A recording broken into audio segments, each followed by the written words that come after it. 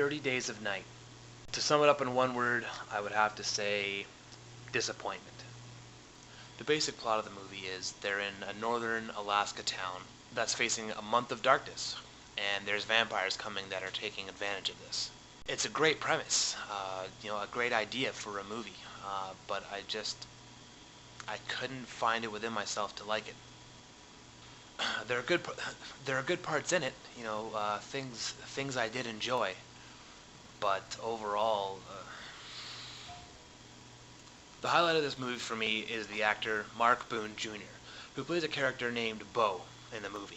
He has a substantial role. I mean, he isn't a top-billed actor, but he's still in the movie quite a bit. Frankly, Bo is a badass.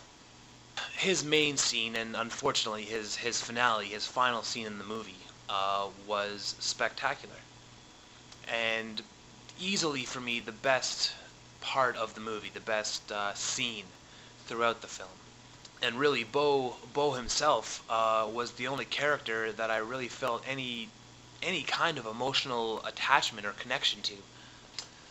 I guess for a second good point, I liked the way the vampires hunted, how they were like a pack. Their pack mentality was really cool.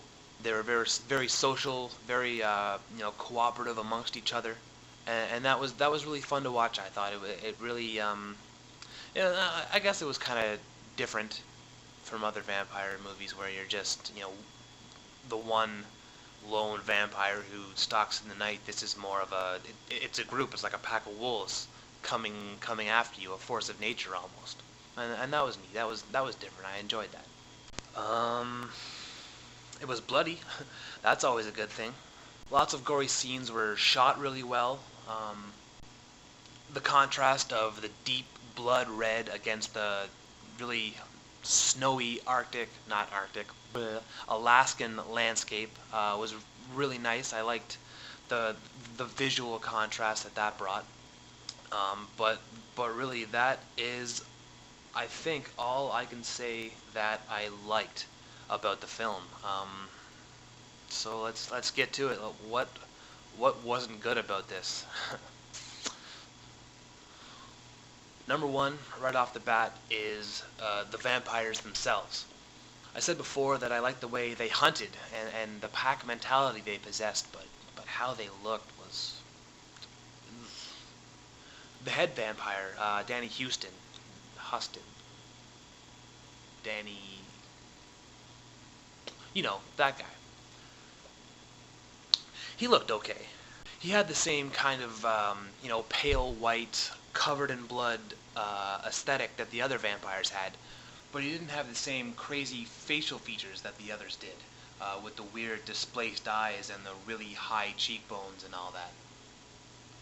I just thought that looked bad, I guess. Staying on the subject of vampires, their bites. As they were attacking, it was really cool. They were jumping off cars and roofs and being really animalistic. I liked that.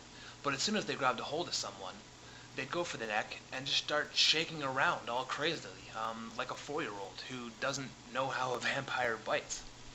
In some shots, it looked like they were, giving neck raspberries, but just, blood was shooting everywhere. It made it seem like these guys were first-time vampires, like virgins. It's their first time doing it, so they just go in and shake around like crazy and hope they get it right. I don't know, it all looked so silly. It really took me out of the film. As for characters, besides Bo, I never really felt any connection at all to the rest of the cast. They were just there. When a character died, I'd be like, oh, okay, they're dead. And I'd move on.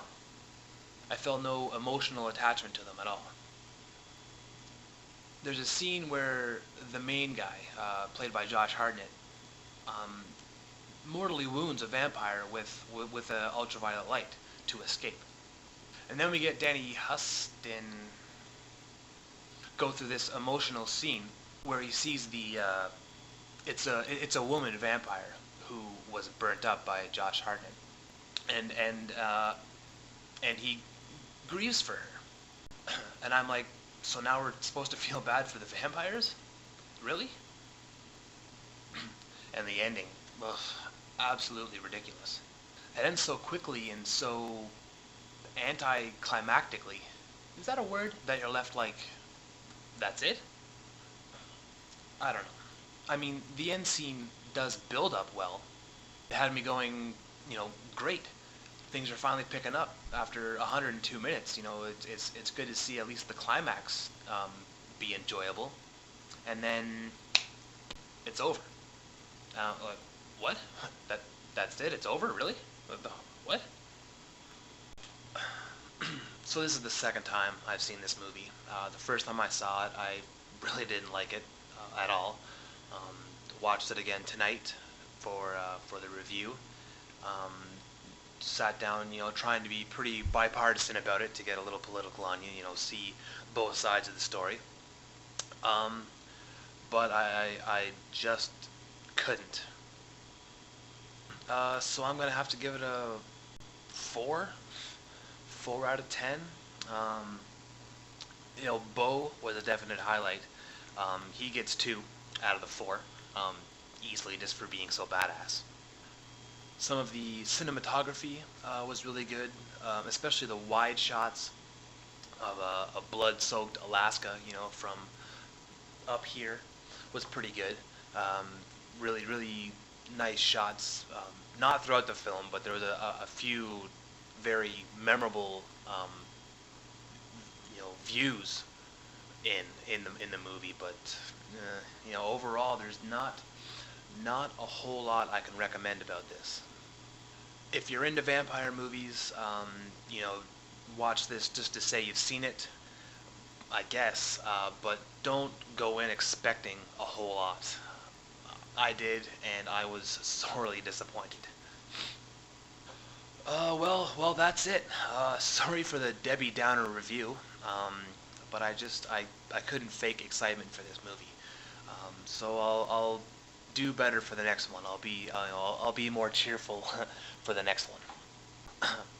My next movie is going to be 300, so that should be a lot better. I'm pretty excited to get that one out.